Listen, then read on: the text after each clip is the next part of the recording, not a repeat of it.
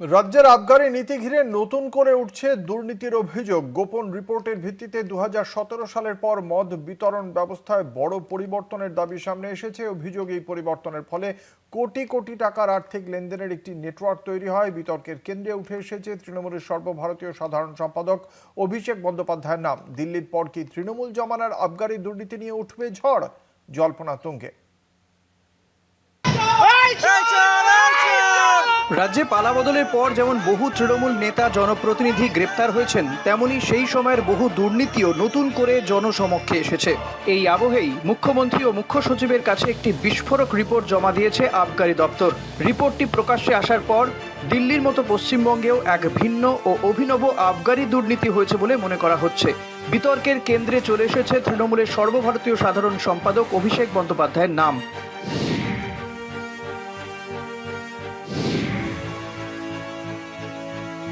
সূত্র মারফত পাওয়া আবগারি দুর্নীতির ওই রিপোর্টে ব্যাখ্যা করা হয়েছে কিভাবে 2017 সালের পর থেকে মদ বিপণন ও সরবরাহের মডেলে পরিবর্তন এনে কোটি কোটি টাকা রাজনৈতিক উদ্দেশ্যে ব্যবহার হয়েছে। পশ্চিমবঙ্গে প্রায় 55টি লাইসেন্সপ্রাপ্ত বেসরকারি হোলসেলার বা ট্রেড ছিল। মদ প্রস্তুতকারী সংস্থাগুলো নিজেদের সুবিধে মতো এই ট্রেডগুলোর মধ্যে কাউকে ডিস্ট্রিবিউটর হিসেবে বেছে নিতে পারত। খুচরো বিক্রেতারাও একাধিক সরবরাহকারীর মধ্যে নির্বাচন করতে পারত। এতে প্রতিযোগিতাও যেমন ছিল, তেমনই ছিল বিকল্পের সুবিধা।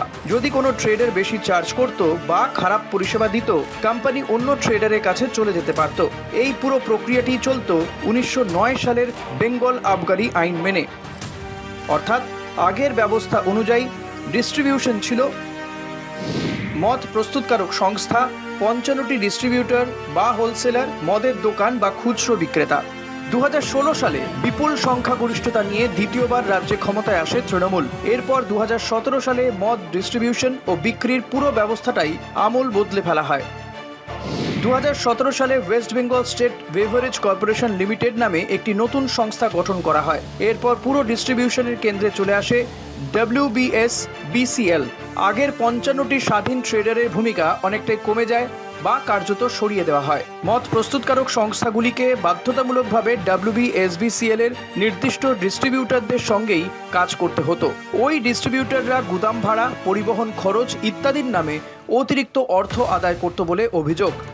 রিপোর্টে বলা হয়েছে প্রতি ক্রেট মদে অতিরিক্ত 4 টাকা গুদাম ভাড়া ও 3 টাকা পরিবহন খরচ বাবদ নেওয়া হতো। WBSBCL এর মাধ্যমে বাজারে বিকল্প শেষ করে দেওয়ায় অন্য কোথাও যেতে পারত না প্রস্তুতকারক সংস্থাগুলি। এর ফলে পুরো সরবরাহ প্রক্রিয়াটি বদলে গিয়ে দাঁড়ায়। মদ প্রস্তুতকারক সংস্থা, WBSBCL নিয়ন্ত্রিত বিতরণ ব্যবস্থা, ডিস্ট্রিবিউটর, মদের দোকান বা খুচরো বিক্রেতা। এই গোপন রিপোর্টে উঠে এসেছে আরও চাঞ্চল্যকর তথ্য। ডিস্ট্রিবিউটরদের WBSBCL এর আওতায় নিয়ে আসেন প্রাক্তন আবগারি সচিব উমা শঙ্কর এস। অভিষেক বন্দ্যোপাধ্যায়ের হয়ে পুরো নীতি তৈরি করেন আবগারি সচিবালয়ের কিছু উচ্চপদস্থ আমলা। নতুন ডিস্ট্রিবিউটররা প্রতি ক্রেটে গুদাম খরচ বাবদ 4 টাকা ও পরিবহন খরচ বাবদ 3 টাকা নিত। কোনো কোম্পানি 10 লক্ষ ক্রেট বাজারে আনলে অতিরিক্ত 70 লক্ষ টাকা দিতে হতো। গোপন রিপোর্টে অভিযোগ করা হয়েছে এই টাকার একটি অংশ যেত আধিকারিকদের কাছে, অতিরিক্ত টাকার বাকি অংশ চলে যেত ক্যামাক স্ট্রিটে। এই গোপন রিপোর্ট নিয়ে সমাজ মাধ্যমে লিখেছেন বিজেপি নেতা অমিত মালভিয়া। তিনি লিখেছেন, মদ প্রস্তুতকারক সংস্থাগুলি থেকে কোটি কোটি টাকা গিয়েছে অভিষেক বন্দ্যোপাধ্যায় ও তৃণমূলের কাছে। এরকম ভাবে আমরা দিল্লিতে দুর্নীতি দেখেছিলাম আবগারির ক্ষেত্রে, সেরকম অভিষেক বাবুর ক্ষেত্রে যদি এই অভিযোগ প্রমাণিত হয়, তাহলে অভিষেক বাবুকেও জেলে যেতে হবে এবং এরকম ব্যবস্থা রাখতে হবে।